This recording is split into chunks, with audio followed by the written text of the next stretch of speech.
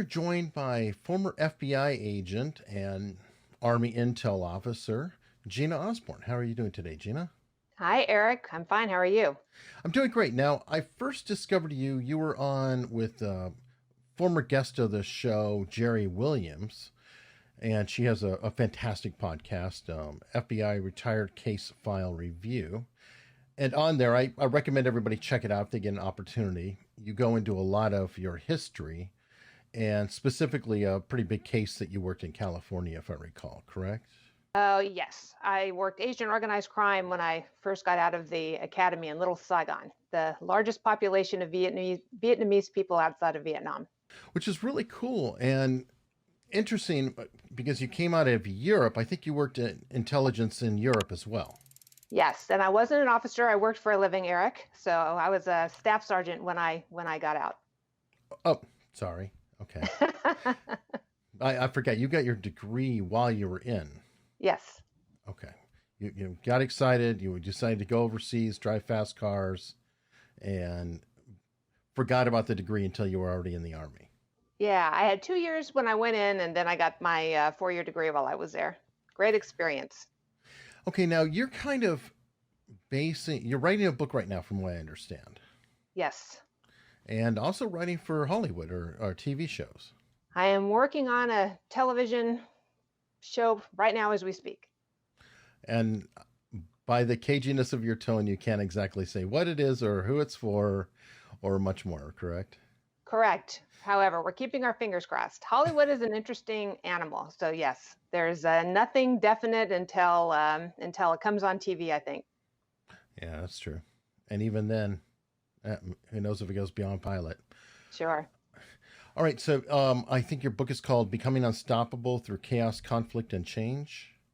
That's what it's called as we sort of right now. So we'll have to see if that changes. But that's navigating chaos, crisis, conflict, and change. That's what the book is about. Okay, now is this your memoirs or is it a set of lessons in life for someone to follow?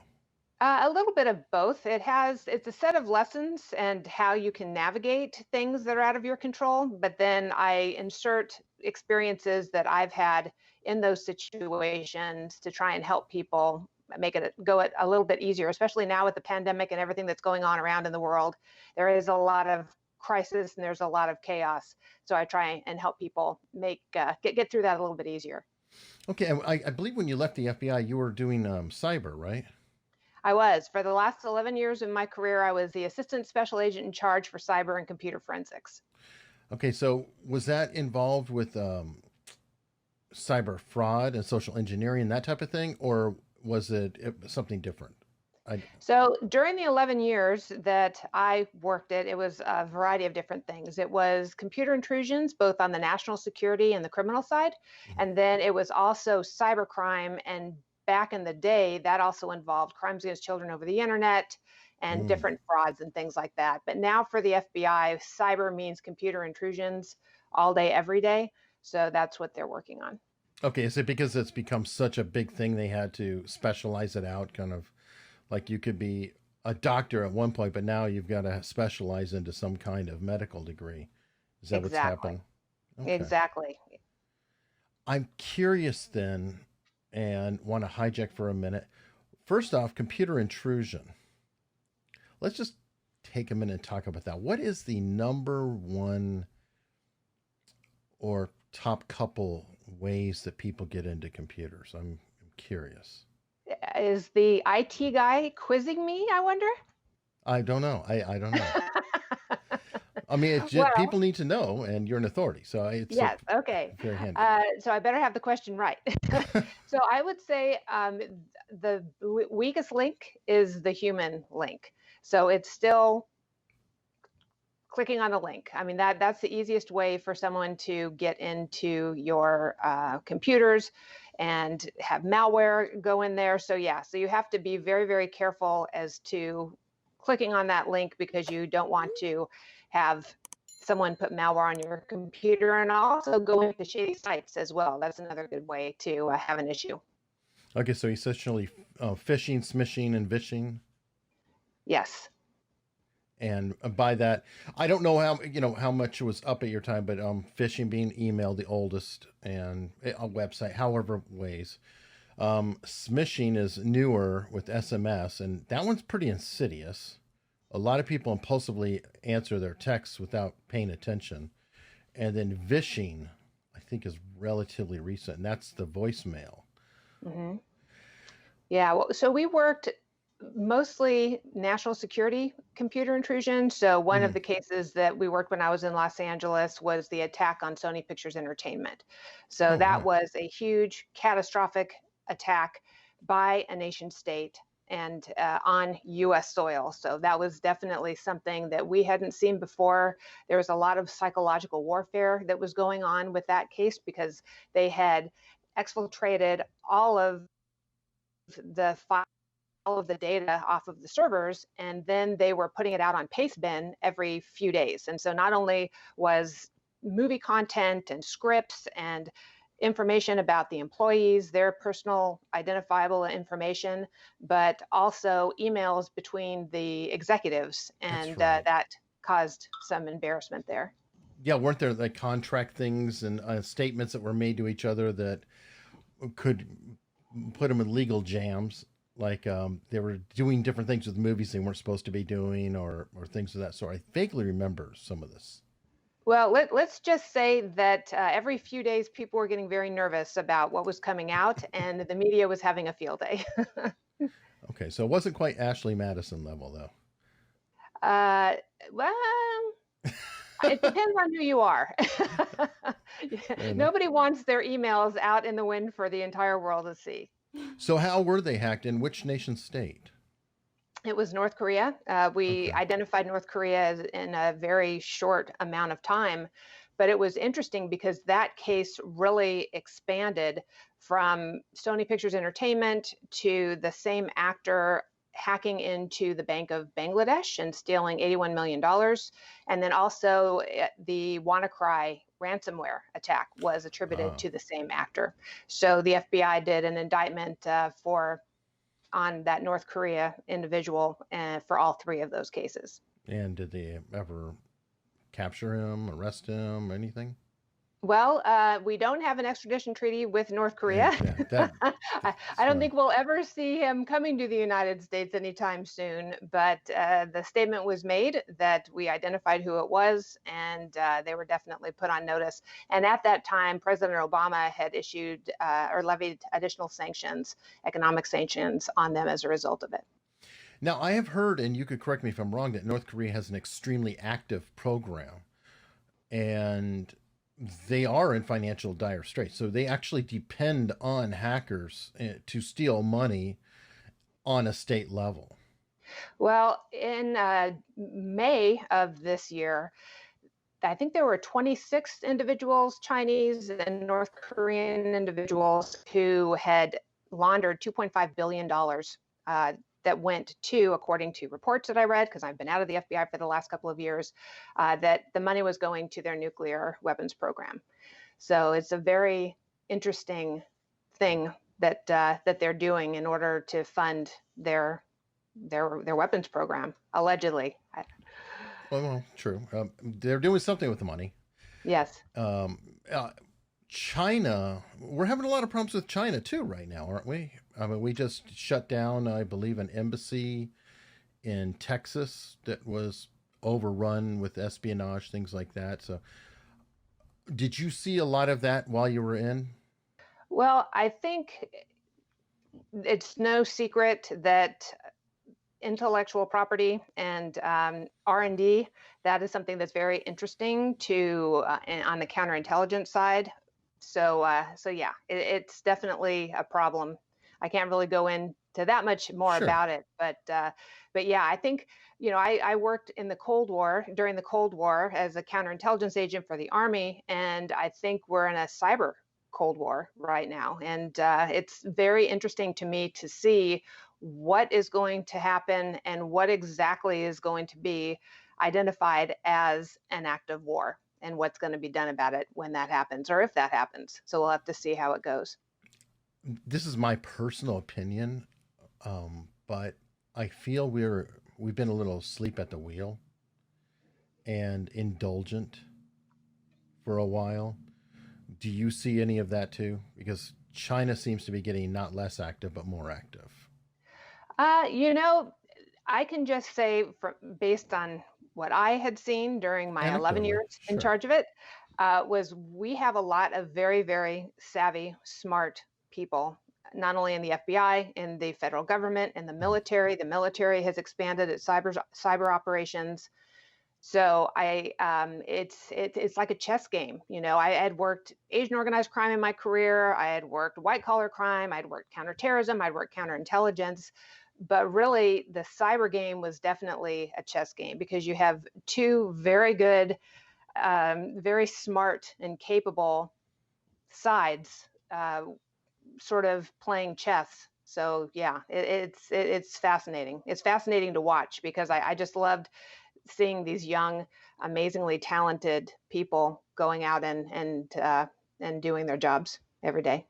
So that's interesting. You mentioned all the different fields you worked. Out of those different fields, which one did you find the most challenging and or most fulfilling?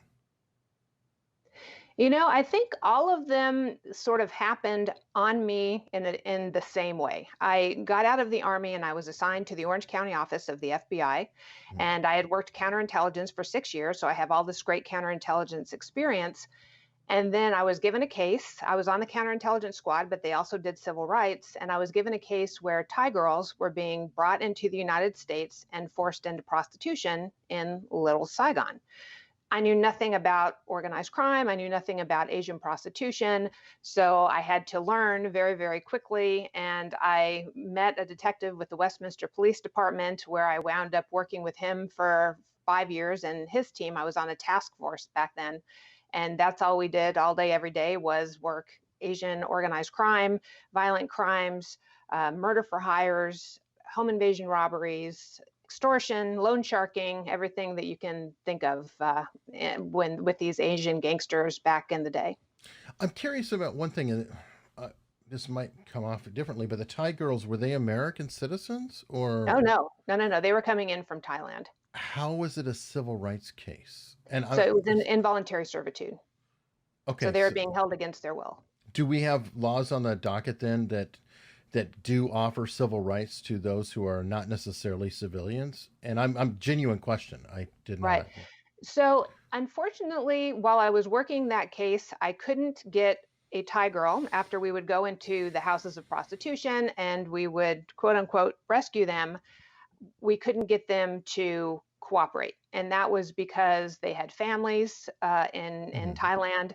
They were fearful of their life. And these girls had to pay a $40,000 smuggling fee in order to get out from under their debt. And then once they were out of from under their debt, they had no other contacts here in the United States, so they wound up staying with the organization. But it was really an interesting time. But we were creative. We had to be creative, and that was working with the locals and having me on the team. So instead of going after them for the involuntary servitude, since I didn't have any witnesses that said they were held against their will, we went after them from the money laundering side. So when we went on one of the search warrants, one of the pimps, one of the leaders in the organization, had $100,000 in $100 bills in his residence, and then he also had $13,000 in $100 bills in his pocket. And it just so happens that it was $100 to engage in prostitution with the girls. Ah, So, and he also just so happened to be writing his mortgage check and sending it across state lines. So that boom. sort of helped me quite a bit as far as getting him not only for the money laundering, but for um, a racketeering charge. So that's how we just had to be creative and working together as a team. And fortunately, you know, when you take the money away and you seize all of the houses and the property, then they lose power really quick. Very interesting. Now, you mentioned that they came over here and they were in debt, the girls or whatever. Is Yes. that a standard operating procedure, as terrible as that sounds, for human trafficking? That they will bring somebody over and somehow, I don't know, take away their passport, hide it from them, or prevent them from getting to others and then saddle up a debt? Eric, that's exactly what it is that they did. They had to pay for their clothes, they had to pay for their food. So they had this $40,000 smuggling debt, but they thought they were coming to America to be hostesses, work in restaurants. They didn't know that they were coming over here for the purpose of prostitution. So it's very unfortunate, and they paid that debt off in a 6-month period, and it was just really horrific conditions for these girls. But they were able to actually get out after paying it off, because I've heard of like those who will get caught in a trap where they've got to pay for it to get over, and then of course everything they do, you just mentioned, you're paying for their clothes, so Right, they'll get right. some cheap outfit from Walmart and say it's $500.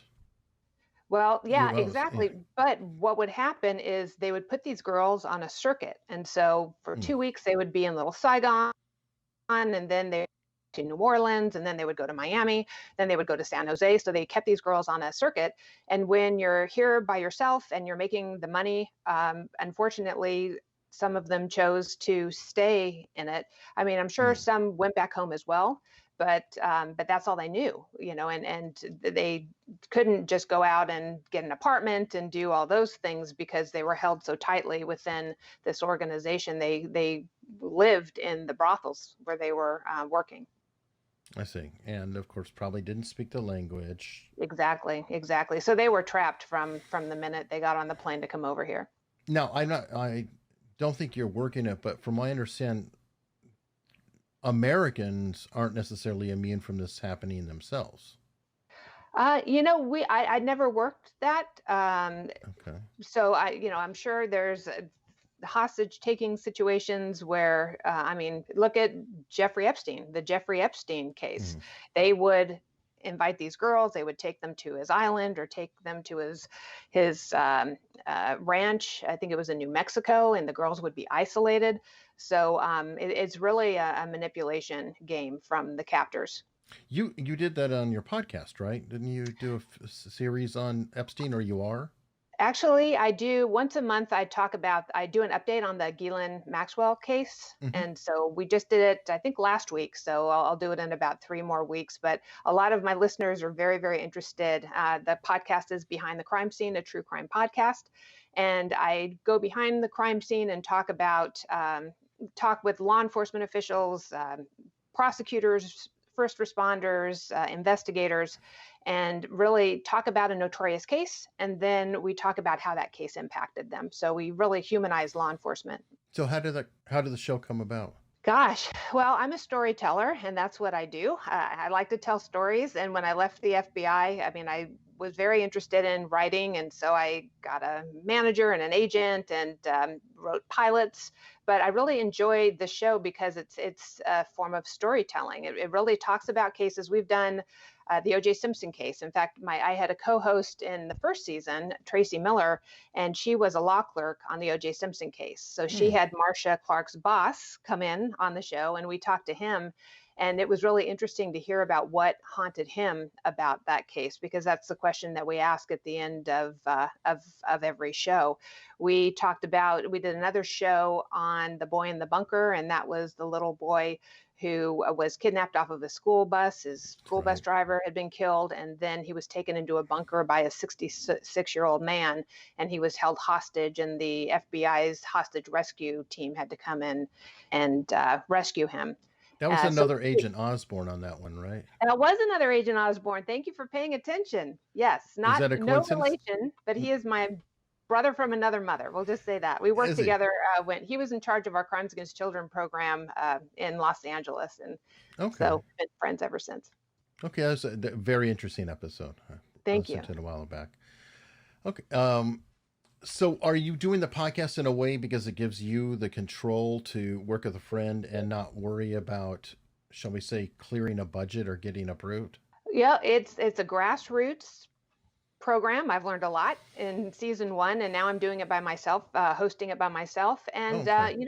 I just really enjoy just answering people's questions. I get a lot of people to send me questions, and one case that we're going to be talking about was the Aurora movie theater shooting. Mm. I've got the former special agent in charge of the FBI and the former chief coming on the show. And so that's going to be a really interesting episode coming up within the next couple of weeks. So really, it gives me an opportunity to sort of stay in law enforcement by telling stories and talking to all of my old friends from the FBI and the prosecutor's office. So it just, and it allows me to tell a story. That's very cool and a neat way to do it. Sounds, I guess it is kind of similar, but a different angle than Jerry's show. Yeah. So Jerry, she has a great show. I was on that show, and she talks to retired agents, and so I pretty much talk to everybody who's been involved in a big case or anybody. In fact, we even had on a case called the Aaron Runyon case, where a little 5-year-old girl, Samantha Runyon, I'm sorry, it was the Samantha Runyon case. Samantha was kidnapped and raped and strangled and killed. It was just a terrible, terrible case. And we actually had her mother, Erin Runyon, come on the show. And it was a 3-part series. And it really showed the prosecutor's angle and then also the victim's angle as well. So a heartbreaking story, but it was a really beautiful story because we got to see Samantha's mother show her courage. And she created the Joyful Child Foundation to make sure something like that never happens to other children. So it was really a profound episode. Okay, I'm going to take a second to talk shop here. How do you go about the show?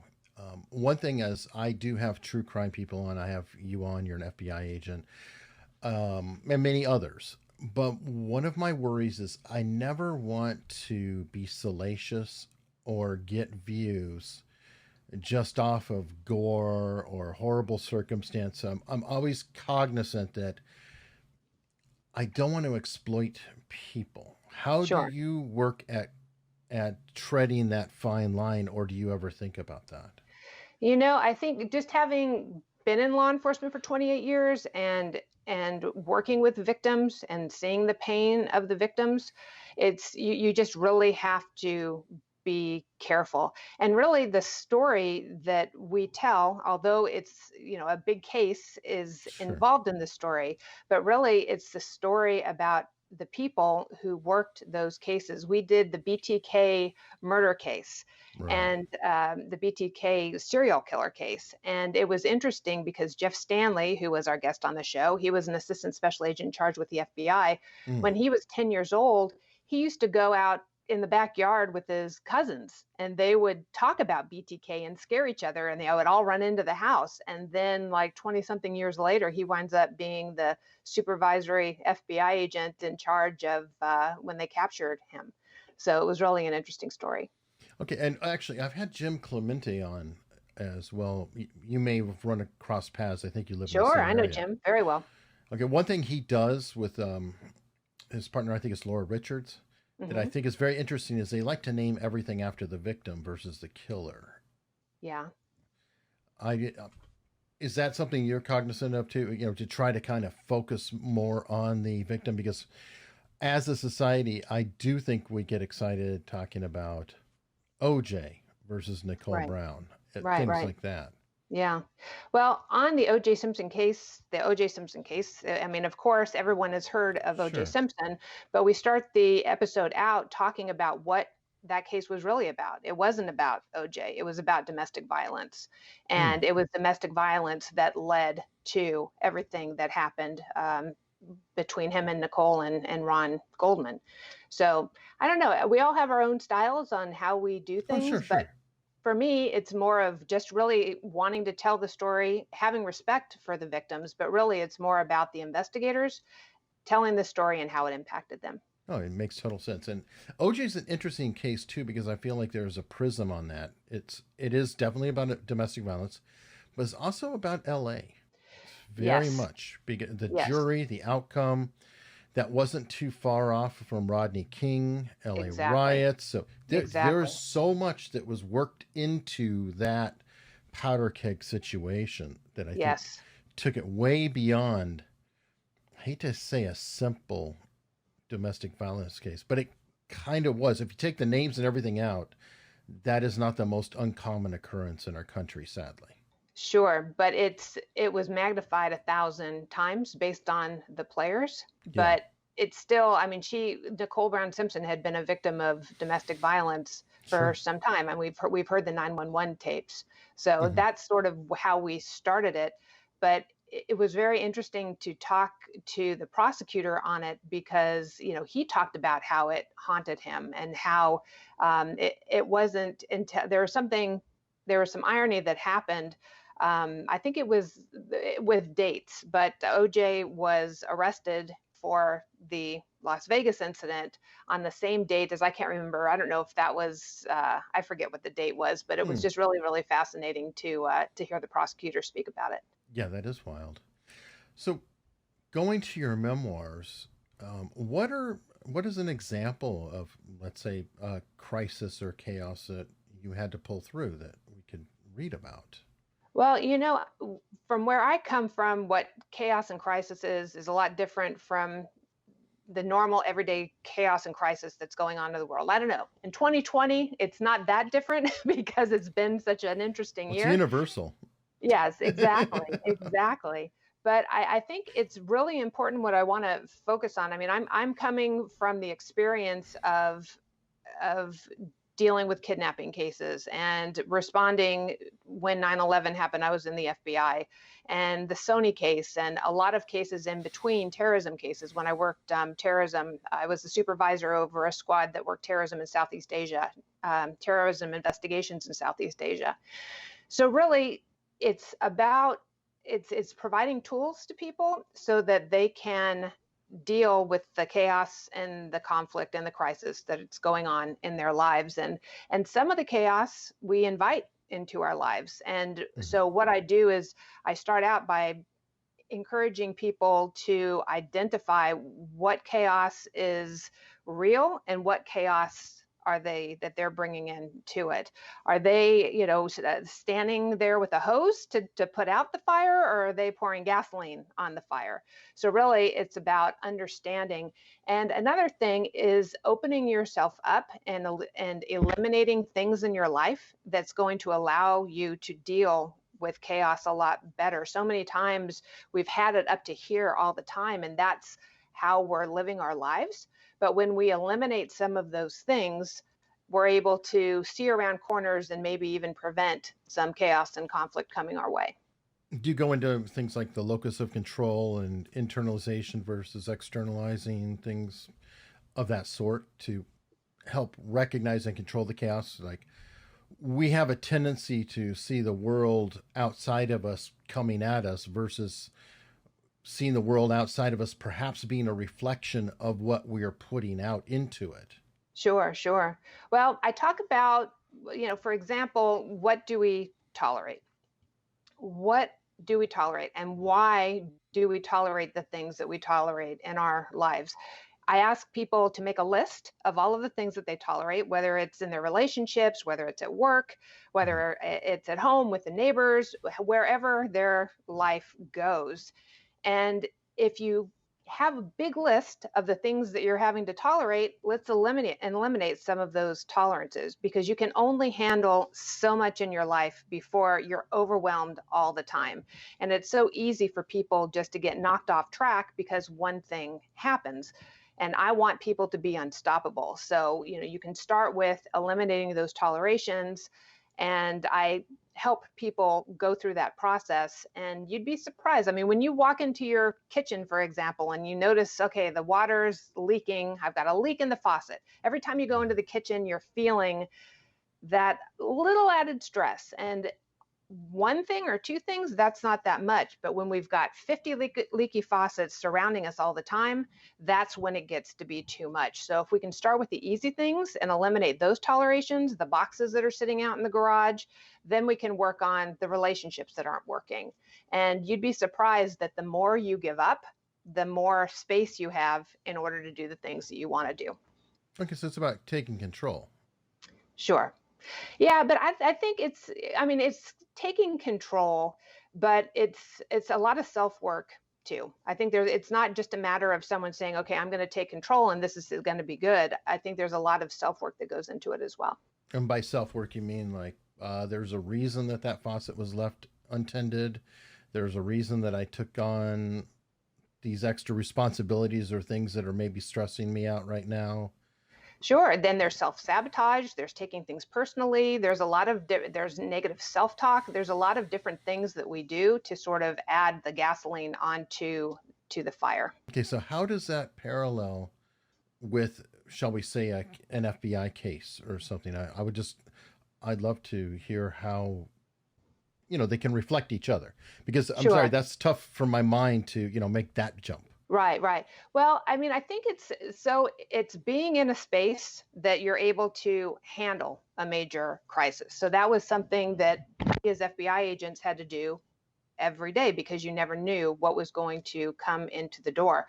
So I talk about prioritization. I talk about a variety of different things that I would do whenever a major event happened and it landed on my doorstep. So I was in charge of a major catastrophic attack, and really taking the time to evaluate, to prioritize, to observe, making sure you have the right people on the right seat on the right bus who are in your corner helping you get past these certain crises. So I go through what I would do in order to handle a crisis, and then I make it personal for people in their lives. Now, was this a self-created methodology, or is it something that you studied actually while in the FBI? I was in the military, for example, and and so were you, and there Sure. are mechanisms and methods and SOPs, like I said earlier, standard operating procedures, etc. Yeah. Are Now, I know you were in charge, so I imagine you created some, but then was some of this just handed down through the culture of the FBI itself, or completely self-created? I think a little bit of both. By the time you get to your 25th year in law enforcement, you've got a lot of tools in your toolbox to deal with. And for example, one of the things is either you're there to help on a solution or you're causing a problem. So whenever I would build a team to create a solution for some sort of investigation that we're working on or what have you, you just have to make sure that you have the right people, because if you have that problem person who's not helping, who's only hindering the investigation, you've got to get that person off the team. And I think the more I did it, the less tolerance I had for the people who weren't doing what they needed to do or weren't on the right seat in the right bus. It got So easier. I think it's just being a lot more effective with how you deal with chaos, conflict, and change. Okay, and is that part of it too, the repetition? Like you said, the more you did it, I'm assuming the easier it got. It's like, Sure, okay, exactly. at first you would have a person or problem or issue, and you would just dread it. You dread going in. You just don't want to deal with it. You don't want to harm them or a situation. I had a lieutenant back when I was in the Army, and he said something that stuck with me. Didn't really care for the guy very much, but what he said was pretty smart. And he said that he thought of getting soldiers kicked out of the Army as helping them. As helping the soldiers. Yes, he said the truth is that they're not really equipped or suited to do this, and I'm helping them to find something better in their life to which they can excel.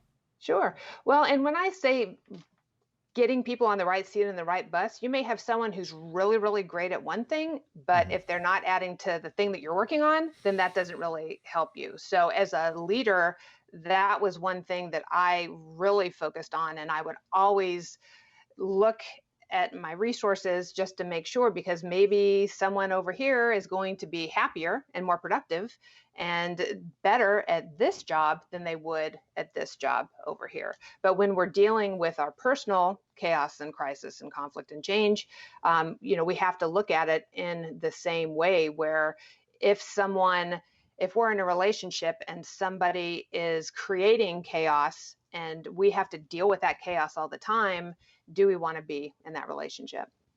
Is there a circumstance or example you can give where you had a particularly tough time that has helped inspire you to do Gosh, this? I think I grew up in an alcoholic household. Mhm. And so I knew what chaos was, I knew what crisis was, and I knew what created it. And so I think that's really, as a kid, when you have to deal with that, it's a terrible thing, but then it also teaches you how to stay calm and navigate situations so that it doesn't kill you, so that it doesn't drag you down. And I think that's where the unstoppable part came from, because under no circumstances should I have gotten to where I am today based on how I grew up. I was a cocktail waitress before I went into the military. So I went from cocktail waitress to counterintelligence agent pretty much over a 6-month period through basic training in AIT.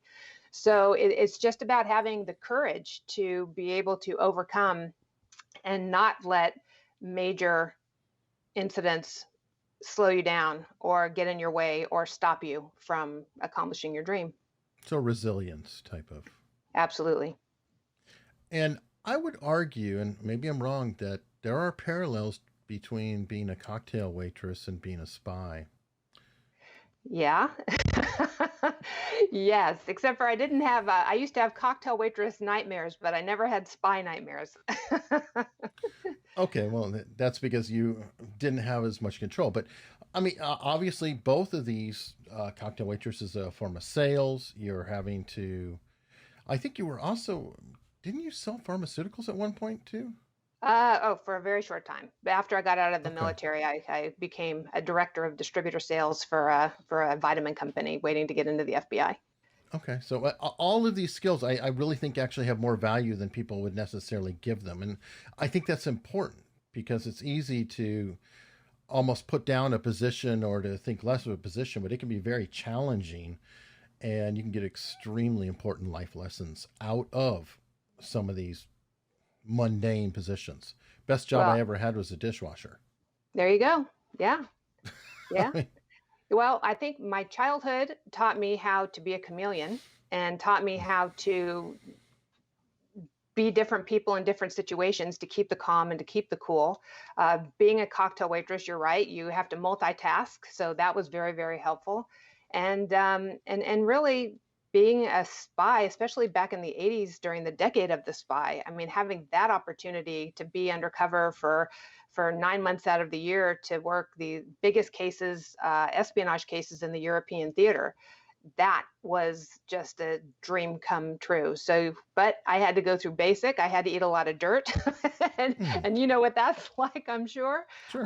But yeah, we have to, we can't let things get in our way to stop us. Basic is very fun in its own way. Really? Yeah. What was fun about it? It teaches you to eat the dirt and laugh about it. I mean, the fact is that basic training, I learned the secret to that pretty early on, within a week or two. Yeah. And it's a lesson I've taken for life. Sure. And it's essentially this. When I went into basic, it was like, oh my God, day one's horrible. I have 8 weeks of this. What am I going to do? And then somebody told me, they said, they can only screw with you so long before lunch. Yeah. So basic training and the military, this is something I've carried for my entire life, is I don't worry about a far distant date. I just try to make it to lunch. You can only mess with me so long during lunch or until lunch. And then after lunch, well, there's going to be dinner. Well, then we've got bedtime, only mess around bedtime. And before you know it, 3 weeks are gone. Yeah. Yeah. No, that's true. Yeah. I was my bunk bed, because I was in a bay of 40 women and we all slept in bunk beds in the same big room.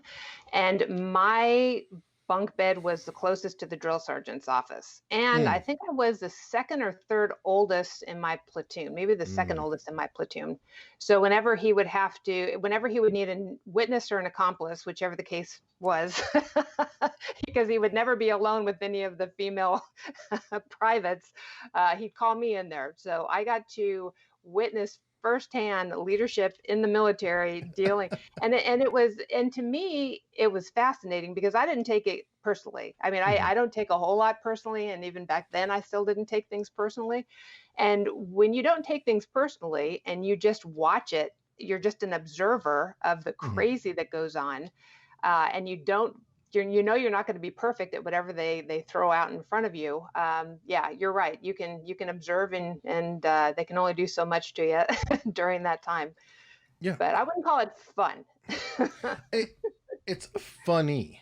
Yeah, no, it And was it's definitely something funny. you're not having. It's one of those things where you don't enjoy it while you're in it, but you really look back to it. Yeah. And Oh it's a yeah. cool story. Yeah, yeah, And it's, yeah, and the interesting, the creative way the drill sergeants had in behavior modification, oh, that yeah. in and of itself should be a Harvard class on leadership because it's Yeah. absolutely fascinating to watch. What is basic indoctrination training? Yeah. Indoctrination quite literally means brainwashing. Oh, sure, sure.